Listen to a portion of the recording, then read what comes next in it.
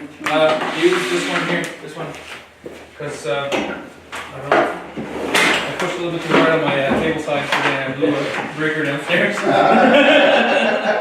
You were really excited, right? Oh, I was giving it. All right, check. 1, 2. You hear him? What about here? Get some. Okay. Yes. Wrong way. You get movement. Oh, that's not good. That's not happy. You broke it already. Yeah. Oh. Try again? I wonder if we open the door, would it be better or? Probably getting cars and stuff then. Yeah, you're right. Well, where you want to stand? You want me in the middle? I don't mind. Okay. So officially the second podcast for In the Shed podcast.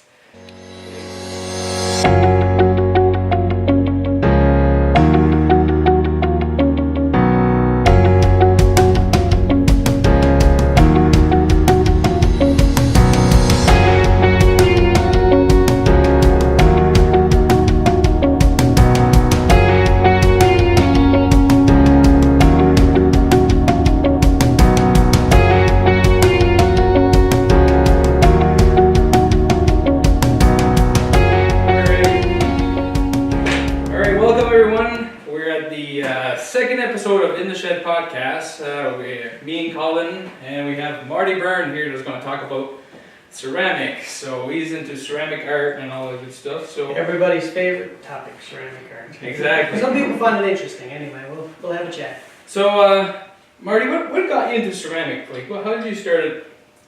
Actually, I've been doing making art for years. I used to paint with the visual arts group here in Labrador West, and anyway, tattoos, done tattoos for years as more of a hobby. And Ed Owen, the art teacher from Menhek, he's retired now, and he was leaving the area, and he actually gave me his kiln and his potter's wheel. And I didn't know anything about ceramic art, I'll be honest with you, but I had an interest. So what did I do? You know what a lot of makers do when they want to learn? They go on YouTube. And I watched a whole bunch of videos, and I had some clay, and basically I started, and my first pot was very rough. It was like a bowl, and eventually I got a bit better, and I learned and improved, and then I started making some ceramic art, like slab building, which I'll talk about whenever. Cool. Yeah.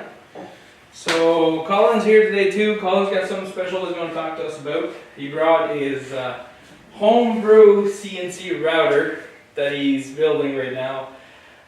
It's not working though. So What does that work? it might, yeah, It's a work in progress. we might be able to use the Z-axis of that. We'll see later. So that's pretty cool. Okay, so first what we're going to do, we're going to go over our Makerspace project here, because everybody knows now we're working on a Makerspace project here for Labrador West. Things are moving, so now we just completed our survey actually, and our survey turned back 476 response. 28% of those response was coming in from people around 35 and 44 year of age. And another great thing that came out of that survey too is that 45% of the response were people from families that says they want to use that space with a family. Well, I would think that's probably one of the big benefits of the Makerspace. We're living in an isolated area up here in Labrador West, and it kind of gives people another option of something that they can do with their families. Yeah. Yeah. Oh, definitely. Kids would love it. Yeah.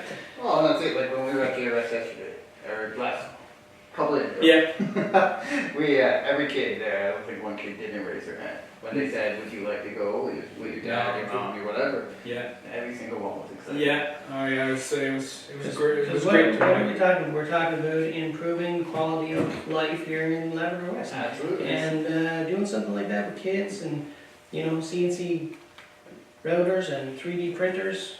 Yeah. I still love it. Sorry. No, it's fun. Like, you keep going.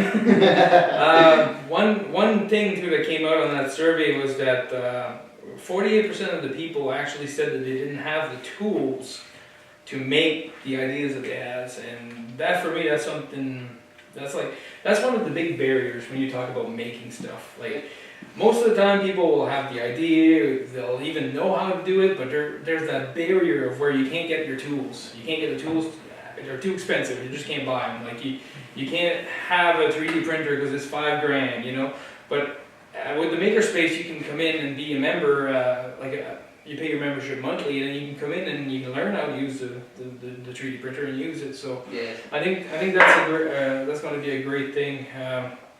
Another very interesting thing too was you were probably part of that, was for people wants to sell crafts, like Crafts, it's big here. yeah. Yeah, the Crafters Guild or whatever, I went to a couple of their meetings, and those guys, they're just so passionate about their crafts and what they're making. And they sell it, and they're doing great. I know. They're doing everything from quilting to souvenirs. They're doing all kinds of wonderful stuff.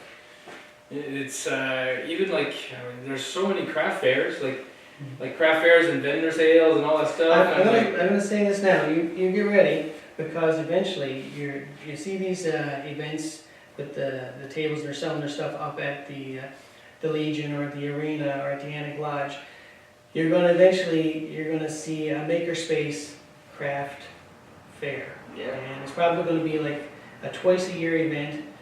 All your participants in the Makerspace are going to be, excited about it. It's going to be something there's going to be a buzz about it in the community, and you're going to get a whole bunch of people coming through the Makerspace. It's going to be excellent. Yeah, oh for sure. And that's what people are asking for. They're asking for craft. Actually, something that came out in second place was audiovisual stuff. So photography, filmography, and all that stuff. That came into second place in the survey. And after that, we got woodworking and 3D printing. Colin's big into 3D printing. And all the parts onto this machine that you see that are pink or green or yellow was 3D printed. So that's pretty cool. Which I think is super cool. I'm just going to say that, Colin. I don't know much about the engineering side of things, but I can say, great job. This machine looks fantastic. And the fact that you made it, I gotta tell you, I would like to learn more about it down the road. Well, that's it, right? That's why we'd like to have that Makerspace, just so that we could. You want to learn about this stuff? I'm glad to show you, right? So yeah, coming back to the Makerspace, over the last couple of weeks we've been working hard. We got a good team actually. Marty chimes in every once in a while with us.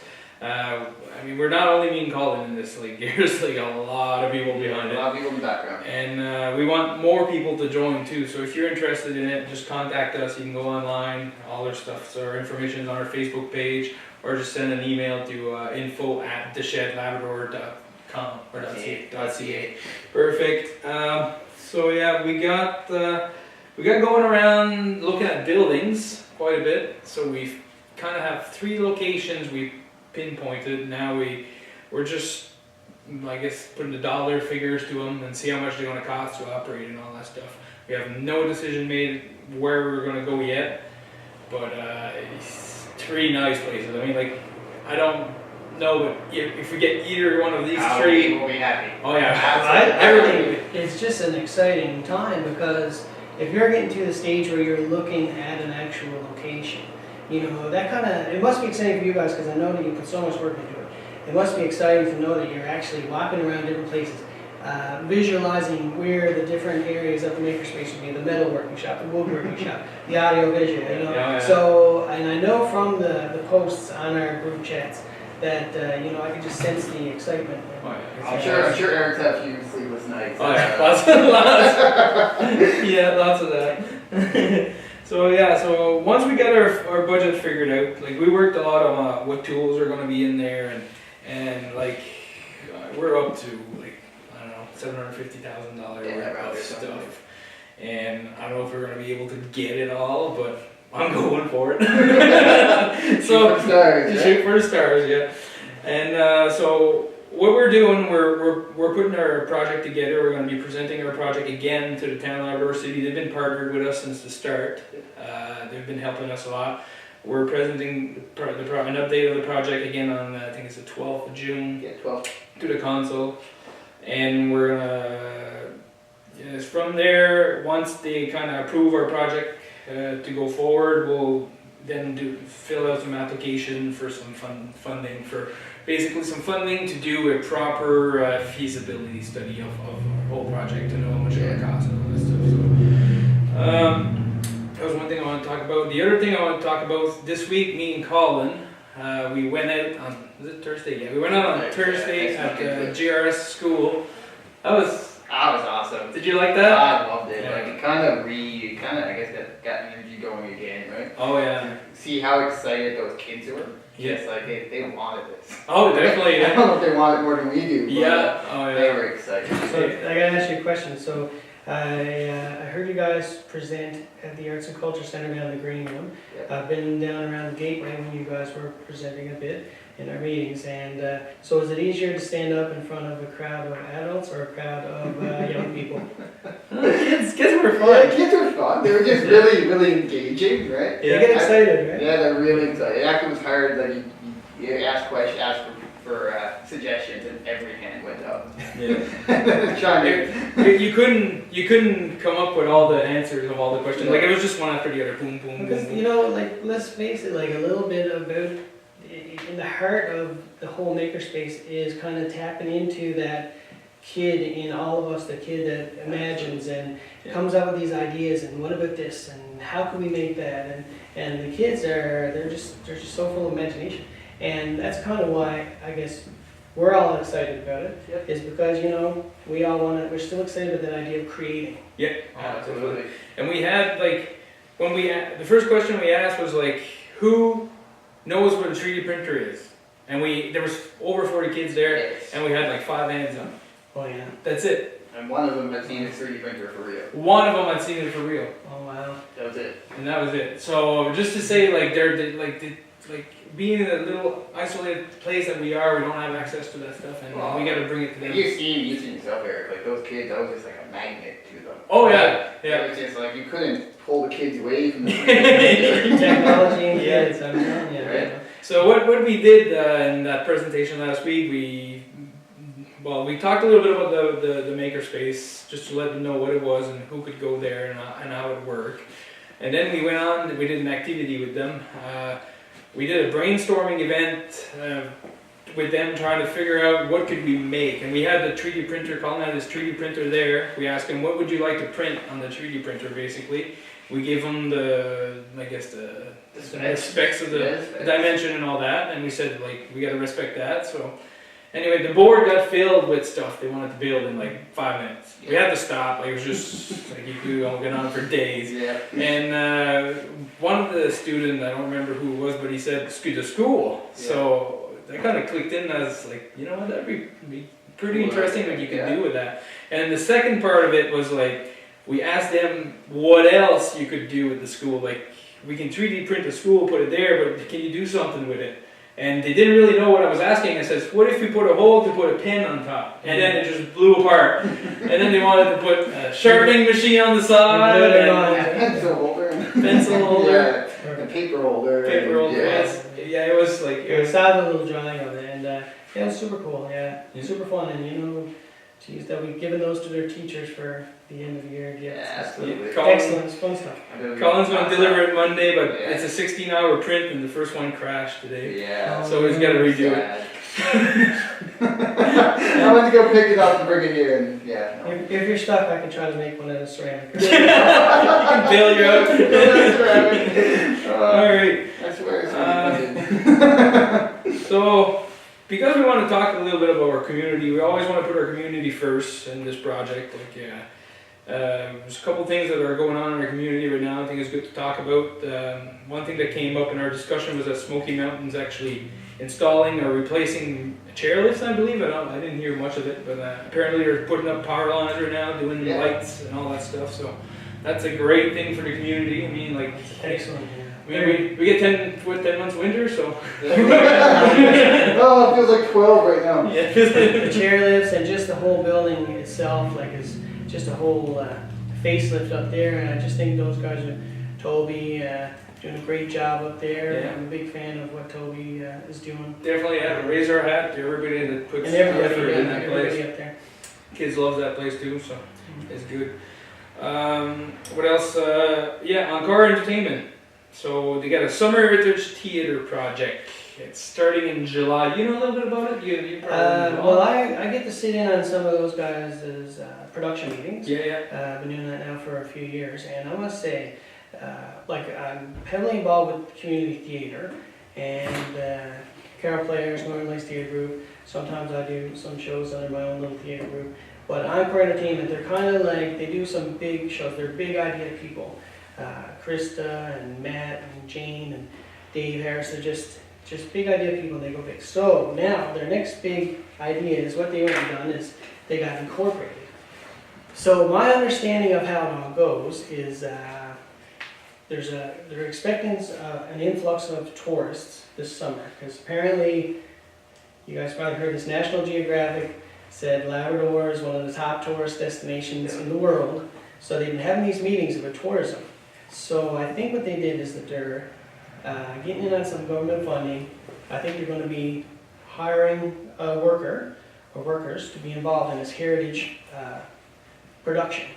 So it's going to be a bunch of adolescents, and they're going to be doing a heritage show, which I'm not exactly sure how it's going to go. I imagine it's going to be a lot of musical numbers and probably some skits relating to our area, because they're going to probably be tying it into the Labrador West culture and the Labrador West heritage.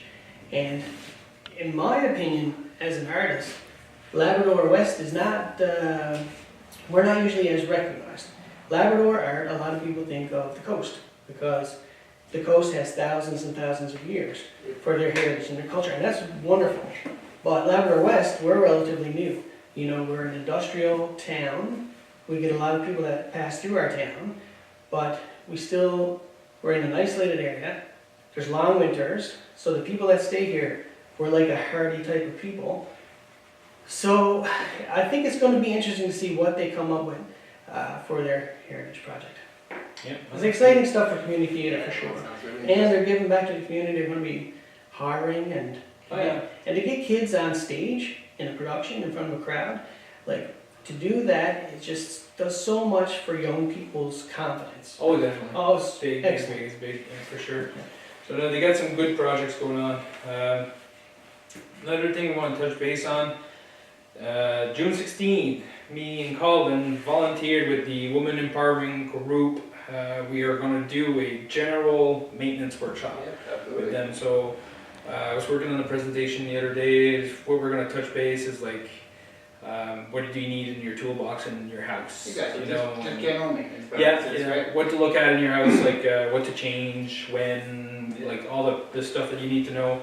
We're gonna build a little thingy so we can like change the door handle and like change the lights and stuff like that.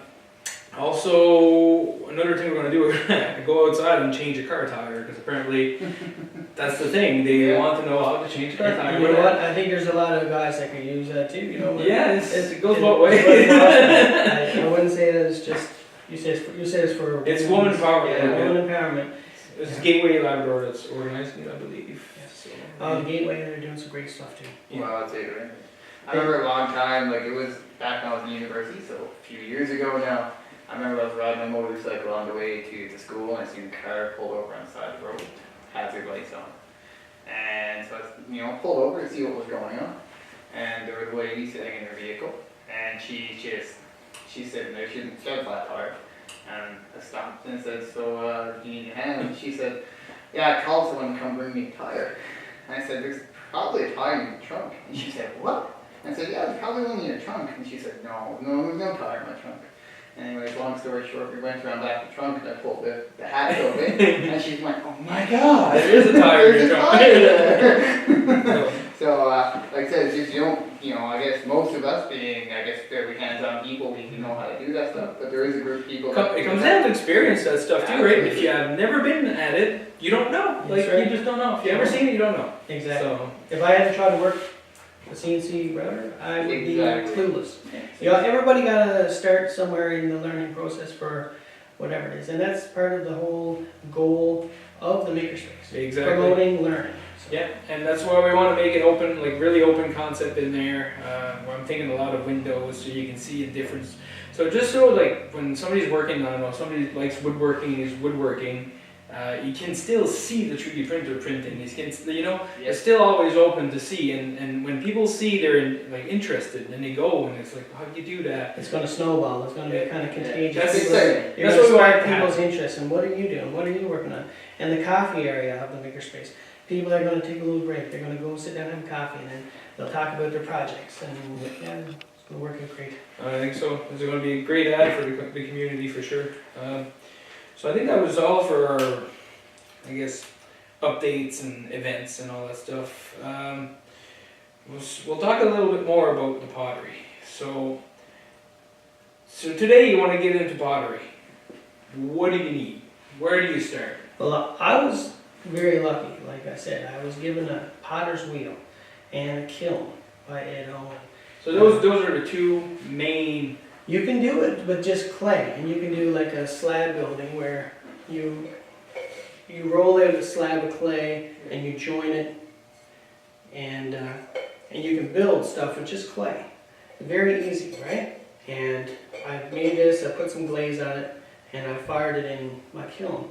And as you can see, the Labrador twig is on there just because, you know, I want to represent Labrador with my art, right? Yep. But then with the wheel, I tell you something, guys, you're going to have to try it because there's something about sitting down on a potter's wheel and the clay is spinning and you got to focus so much on that lump of clay and you got to center it, and it's all about balance and it's all about focus, and you're building it and this is all spinning super fast and you're shaping it, and it's almost like making a sculpture as it's spinning. And you're so focused on it, it's like you think you're at it for 5 minutes, the next thing you know is it's like, 3 hours. well, you know, it's up there in time. So, and I didn't get to make these shapes right away. Like some of my first stuff was pretty rough and thick, right, and sloppy. But, you know, I'm improving. I actually learned a lot when I was out to St. John's. I've been going back and forth out there. They have a ceramic studio. It's a community ceramic studio. And so I used to go there and I'd sit down with other ceramic artists, and they got a bunch of potter's wheels, and we'd all just make art. Now out there, they use like a stoneware clay and a porcelain, almost like a porcelain clay, which are high fire clays. That means their kilns go up to higher temperatures. This stuff is earthenware, which is a low fire clay, which is around 1800 degrees. So Still very Still pretty warm. still pretty hot. So basically it takes it from clay and turns it into ceramic. You can tell by the sound. Yeah. So you're explaining me today there about the colors that you did in this particular piece. Well, the idea for me as a ceramic artist is I want my art to represent Labrador. I think that Labrador artists, there's so many people here with music and painting and, you know, now ceramics, that I think deserve to be recognized a little bit. So my idea with ceramic art is where we are kind of an industrial area, is there's like a metallic base to this, which would represent the metal in the ground. And there's kind of like a skyline, if you look at it, that would, you know, represent kind of the horizon. Almost a little bit of a Northern Lights effect on some of my pieces, which I'm working on. And then, of course, the glaze up here has these white flecks, which would be either like stars in the sky, or it would be maybe snow. Of course, snow in Labrador. So that's the idea. And anyway, I'm learning. I love it.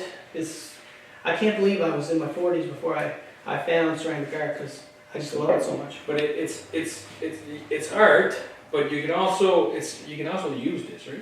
Oh yeah, for sure. You can put that in the oven if you want. You could put it in the oven. It's all like that, like a casserole. I didn't know that. That's awesome. See, like I didn't know that. I thought it was just like you put it on a shelf and it ends there.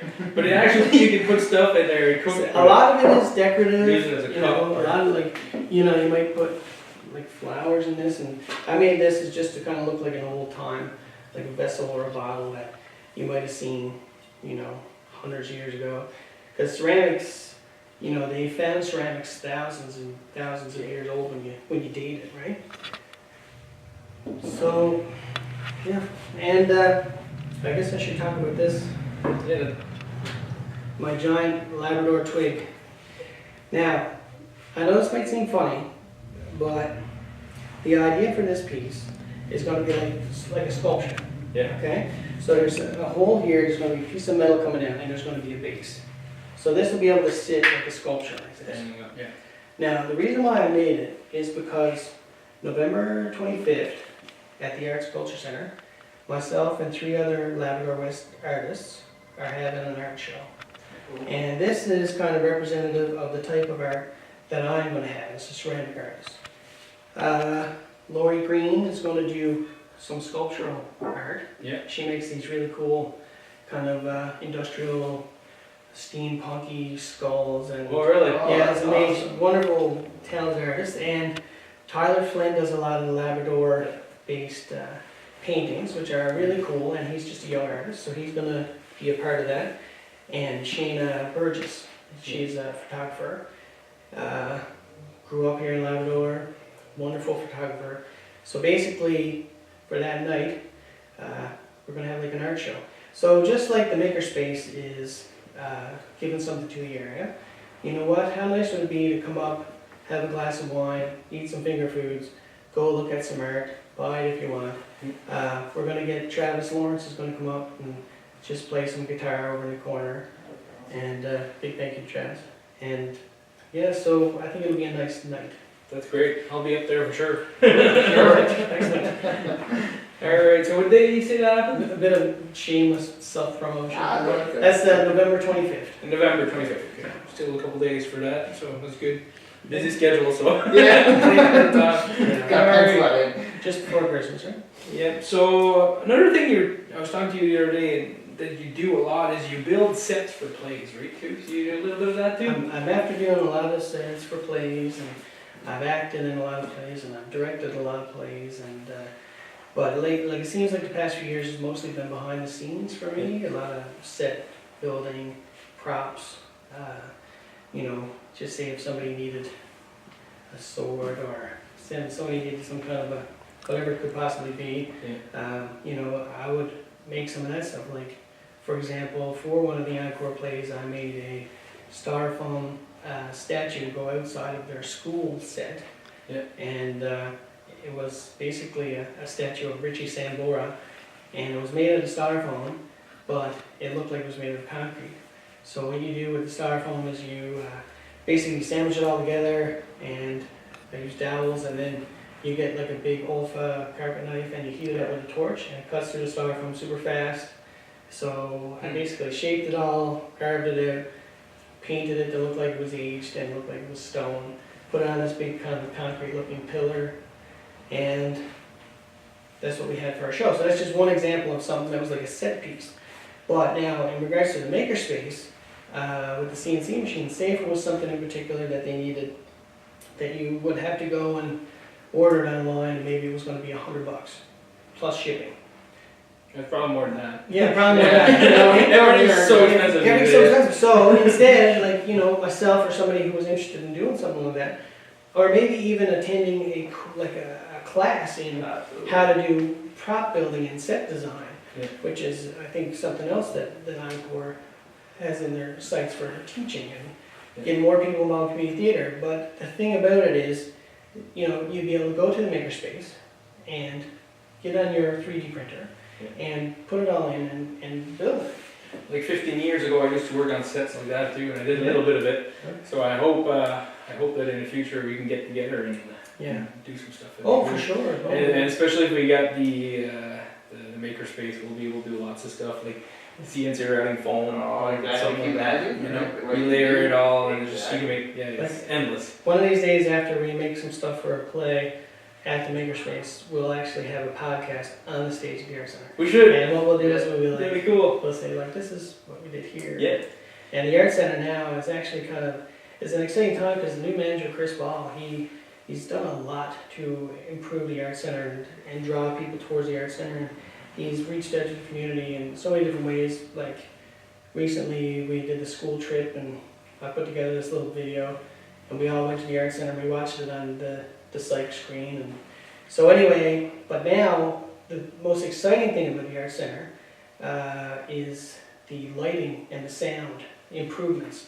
Like the lights that they got now are top of the line. I don't know if you've seen it or not. Oh, did they get an update on lights and stuff? I gotta go see Like it. I'm telling you, the next show that's coming up is a Tragically Hip It's gonna be tribute. completely And different than they what it gotta- used to be. they got a hazer machine. Do you know what that is? Yeah. It's like a fog machine, but it's more Yeah, it's like a haze. And when haze. the light cuts through it, it's like a beam.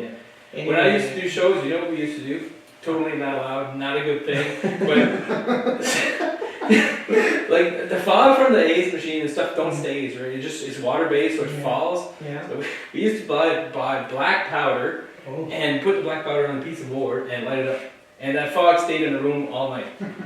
Not allowed to do that, but it worked. sounds Not recommended, but Sounds it like works. pyrotechnics. Yeah, we had it set up one time too. It was a Romeo and Juliet show, and we wanted to have basically like a rolling fog on top. Nice, yeah. So what we did, we took the fog machine, and I bought some vent for dryer. You know that pipe for dryer, And a cooler? and a cooler. Yeah. And I drilled a hole in the cooler. I got one in my garage. You got one there? And you put the pipe in, you put the holes. Yeah. So basically what it does, it cools down, Like a and vintage. it, yeah, and it It just sits close to the floor. yeah, and it just rolls over. It's I don't know, it's some cool effects that you can do stuff like It's that. a super nice effect for sure. But I'm glad that they got some new lighting, new equipment. Because I mean, every time we go see a lot of show, me and Michelle, and like the actors are doing good, everything's doing good, but the lights needed big. Yeah. We've always done the best we could, you know, Yeah. with what we had, and Yeah. and it's a tricky thing. Like it seems like our community is like they love the music shows, right? And that's great. But the theater, which is the plays, and some of the comedies and dinner theaters that people are doing now, you know, like there's some pretty phenomenal stuff. So I like to see people like get out and go Yeah. watch some plays and Oh that yeah. kind of stuff. you Yeah, know? definitely it's worth it. It's not a lot of money. It goes in the community. It helps the youth. To, you know, like you say with confidence Excellent and all that reviews, stuff. yeah. It keeps them busy, so it's good that you go, and I mean, it's not a wasted evening. Every time I went, I got out of there, I was happy that I went, and it's good. I think we touched all the subjects we wanted to talk about today on the pottery, and I mean, like, this is amazing. Are you thinking of doing some courses with people, or? I think that there's an interest here for it. I get some notes on Facebook from time to time, people saying, you know, if you're ever going to have a class, or, you know, just let me know. But I think it would be more of a hangout kind. I think it's so relaxing that I think everybody should try it if they have an interest in trying it. Yeah. So Something I think something will, therapeutic about it. yeah, there's something therapeutic about it for sure. It's a little bit like when I do woodworking, like I was doing a video, like I was editing my video, and I don't notice when I work wood, but after, I'm always doing this on the wood. It's like But it's this. funny that you say So, therapeutic. I had to cut all that out, like I always do it, I cut and like, oh, yeah.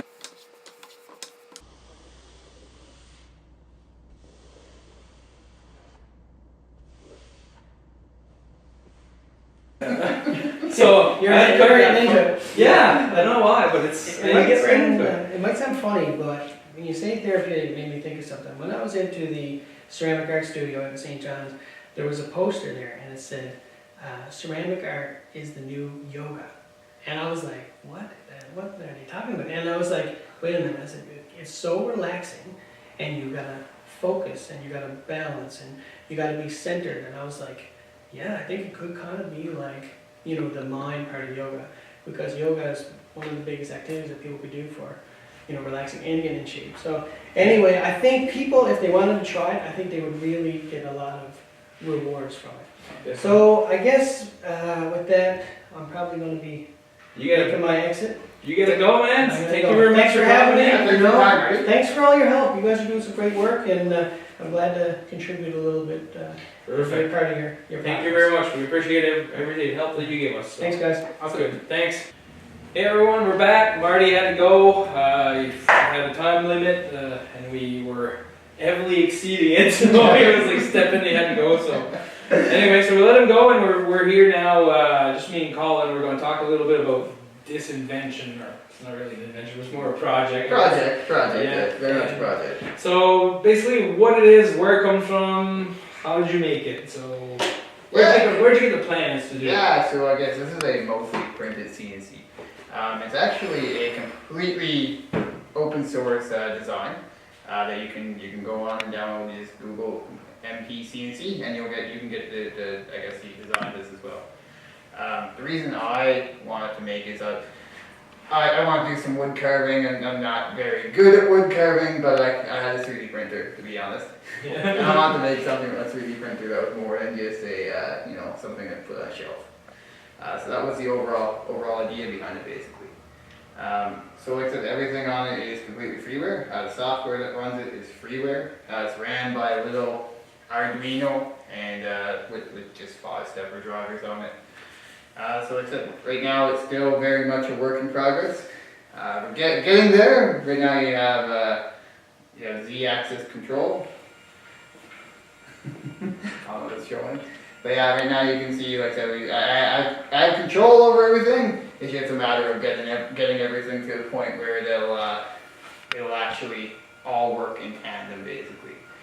So obviously, like I said, the parts are all 3D printed, everything except for the metal pipe and bearings is 3D printed.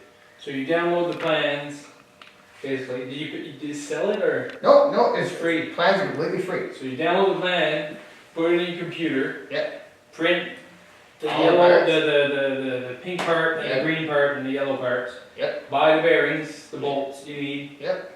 And what do? You buy a kit for your stepper motors, or? Yeah, so I bought a stepper motor kit. Just the 5 stepper motors. You got to just buy a small kit off of Amazon. But it'd be nice if, again, we don't have that type of stuff here, so you go to Amazon to get it. Same for the bearings. Had to go to Amazon. You can't find stuff like that. Even all these bolts, we have a very, I'll say, limited supply of sizing and length. So every single bolt, if you look, is actually chopped off because we don't have the availability. You just have to make it. Make it work. Make it work, yeah. And I would say, like, how much money do you have to put in the project? I'd say by the time it's all said and done, it'll be $250. $250. Yeah, you know, the CNC. And you have the CNC. That was the idea. Like I was looking at cheap CNCs, and you're looking at, let's say, even a wood CNC, you're probably at $1,500 In for plus, yeah, for sure. nice little machine, Yeah. right? But it's tiny too. It's tiny. This is gonna do this. You can make this as big as you want. Yeah. Sure, it's gonna need some cross bracing here at some point because it's a little bit wobbly. Yeah. But I mean, it's not gonna, like, I guess, like, how could I say that? It's not gonna be super precise. I mean, your tolerance are gonna be. They're gonna. Very wide, We're like- talking to like probably a millimeter tolerance. Yeah. Realistically. But I mean, you can still do lots of things with it. I mean, Absolutely. I was saying the other day, you could put a Sharpie marker on the end of it and Yeah. draw Fabric cutter. fiber cutter. Yeah, you can fabric cutter. Styrofoam. It could be a really big CNC or big 3D printer if you wanted. Yeah, basically, yeah. Right? That's great. What else we can talk about on that thing? It's just, I guess, like I said, it's just to show you what you can do, right? Yeah. Like all these parts were printed on a very cheap little 3D printer. So, like I said, the printer that printed these in the high-end machines, a $300 machine, right? So it shows what you can do once you get a couple tools. Like I said, obviously from the survey, we know that a lot of people don't have tools. So, like I said, we give you the access to these tools, and people can do this fairly easily. Yeah, definitely. So I think we'll close it off. What we'll do, we'll just say, make sure if you can follow us on our Facebook page. That's one thing that was weird. We had 476 response on our survey that we shared on our Facebook page, but we have like 140 person. Yeah, doesn't make any sense to me either. I don't know. Just So get on like the page. get on, like the page, follow what we're doing. You'll have some video content like these podcasts. They may not be the greatest thing in the world, but they put a message out, so that's to get the best thing. So I want to say thanks to Marty for coming over, showing us all his pottery stuff and his, the things, the project that he has on the go. Yep. I want to say thank you to Gateway Labrador. They're behind us. They gave us we can have access to the building if we want to have to do some stuff there. Thank you for Smoky Mountain, Toby at Smoky Mountains helping us a lot. Encore Entertainment, the town of Labrador City, and everybody that supports us. And a big thank you to CRS for bringing us a microphone and a camera and a board for doing our podcast. It's very appreciated. And yeah, I think that's all for now, and we'll see. We'll try to get another guest in the next couple weeks and do another update like this and show some stuff. Absolutely, maybe then we'll have talks of the building. We'll see. Yeah, who knows? All right, thank you very much.